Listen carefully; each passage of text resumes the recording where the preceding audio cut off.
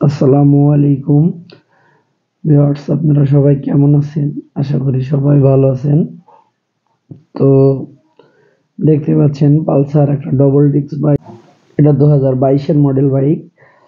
তো এই বাইকটি রানিং এ যখন যাওয়ার পথে পিছন থেকে ধাক্কা লেগে ভেঙে যায় এটা। Back panel, back light cover সেটটি ভেঙে যায়।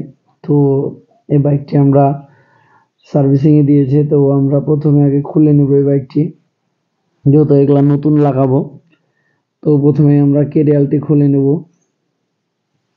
খোলার আগে বলে থাকি যে এই মডেল মাল অ্যাভেলেবেল।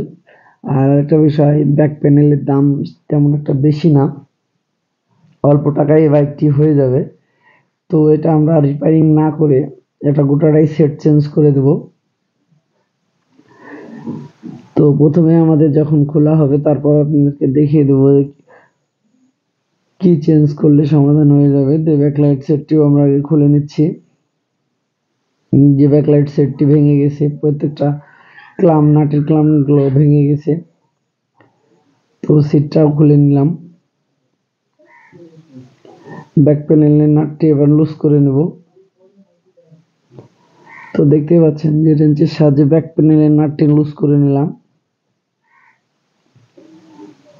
আর পালসার ডবল ডিস্কের ব্যাক প্যানেল যে মডেল বলছিলাম সেই মডেলই হবে।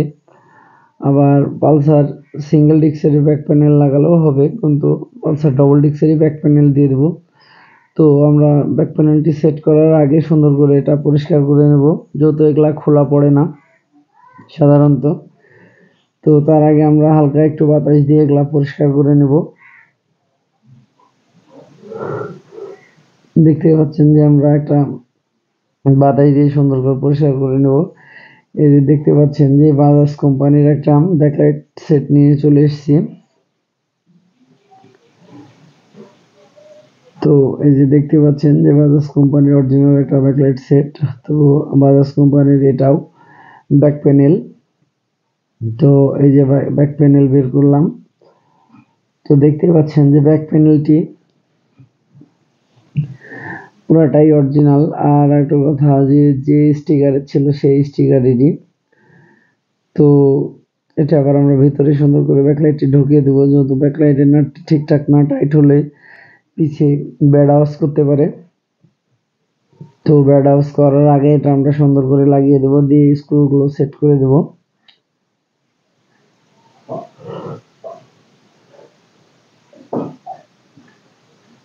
এই যে আমরা স্ক্রুগুলো এবার টাইট করে দিচ্ছি। এখানে 4টা স্ক্রু থাকে, 4টা স্ক্রুই ভালো করে টাইট করতে হবে, না হলে ব্যাকে শব্দ করতে পারে বাঙ্গাই পড়লে কিংবা পিকআপ দিলে। তো আমাদের এই যে দেখতে পাচ্ছেন যে স্ক্রুগুলো ভালো করে টাইট করে নেব।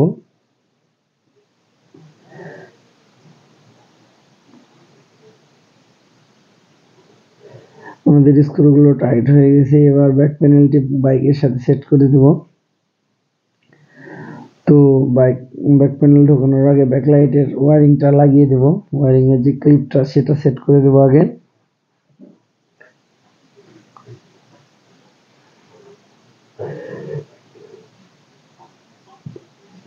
তো আমাদের লাগানো ওটা হয়ে গেছে।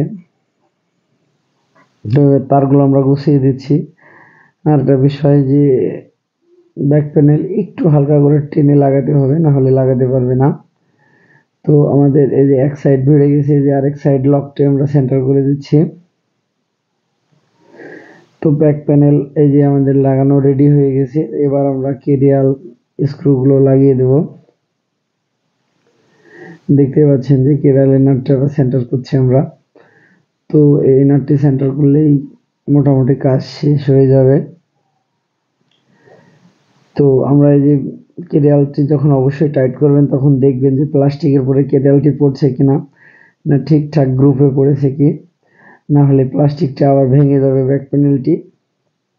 যখন বসবেন তখন ওই কেরিয়ালের উপর চাপ পড়লে ব্যাক প্যানেলটি ভেঙে যেতে পারে। তো এই যে আমাদের কেরিয়ালের নাটগুলো মোটামুটি টাইট। ব্যাক প্যানেলের সামনের নাটগুলো টাইট করে দিলাম আমরা। এবার আমরা সিটটি লাগিয়ে দেব। তো প্রথম এক পার্ট সিটটি লাগানো আমাদের মোটামুটি কমপ্লিট। পিছন পার্টের সিটটি আমরা লাগিয়ে দেবো। এই যে হুকটি একটু বেঁকা আছে, তো লাগিয়ে দিলাম।